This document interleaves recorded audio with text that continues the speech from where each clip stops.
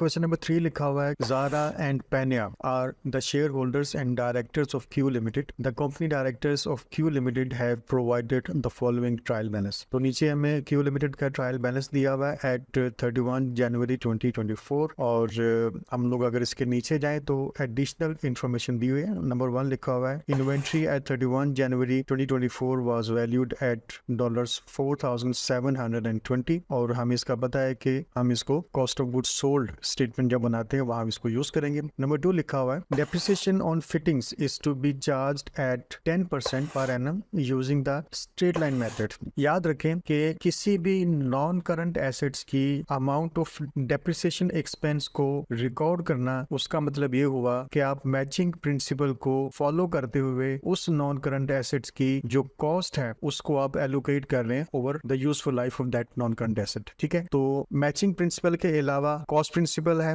Going concern principal है और conservatism principal है जिसको फॉलो किया जाता है डेप्रिसिएशन एक्सपेंस को रिकॉर्ड करने के लिए। चले हम डेप्रिसिएशन एक्सपेंस को रिकॉर्ड करते हैं बिकॉज यहाँ पे लिखा हुआ है कि 10% per annum using the straight line method है, तो हम लोग 18,000 का 10% लेंगे जो कि 1800 आता है। ठीक है, अब नंबर 3 लिखा हुआ है कि payment for advertising $75 is outstanding at 31 January 2024। Outstanding का मतलब ये है कि ये जो एक्सपेंसेस है ये बेसिकली एक्रूड एक्सपेंसेस है, मतलब अनपेड एक्सपेंसेस है। और एक्रूड एक्सपेंसेस को, अनपेड एक्सपेंसेस को या आउटस्टैंडिंग एक्सपेंसेस को इनकम स्टेटमेंट में अपने बिजनेस का एक्सपेंस शो करने का मतलब ये है कि आप अकाउंटिंग का एक्रूअल प्रिंसिपल फॉलो कर रहे हैं कि आप जो कॉस्ट इनकर्ड हो चुकी है बिजनेस की तरफ से उसको आप रिकॉग्नाइज कर रहे हैं even the payment has not yet been made.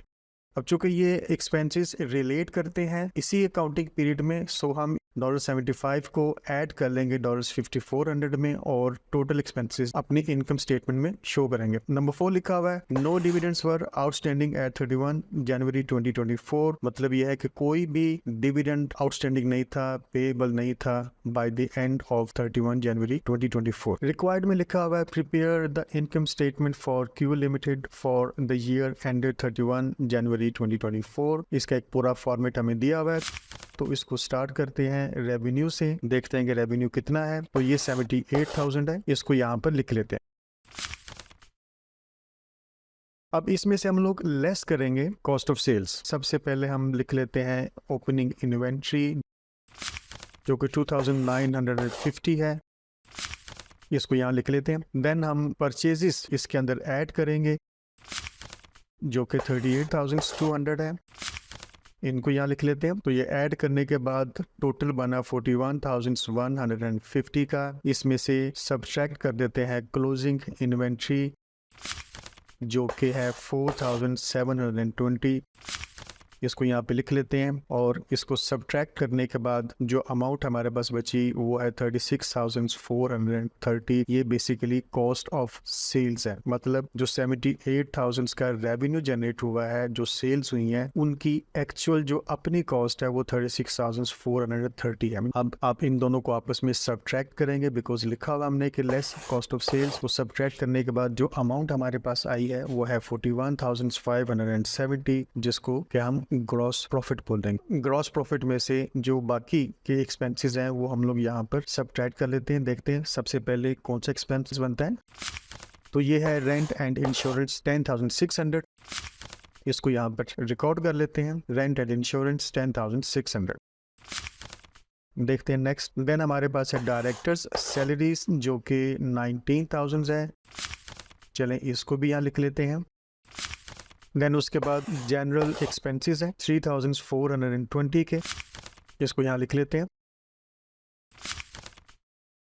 Then advertising है, जिसके हमें पता है कि ये 5,400 है, इसमें $75 ऐड करेंगे जो कि आउटस्टैंडिंग है, तो इसको यहाँ पे लिखते हैं। और इनका टोटल बनता है 5,475। देन हम रिकॉर्ड करेंगे डेप्रिसिएशन ऑफ फिटिंग्स, इसको हमने ऑलरेडी कैलकुलेट किया हुआ है जो कि बनती है 10% के हिसाब से 1,800।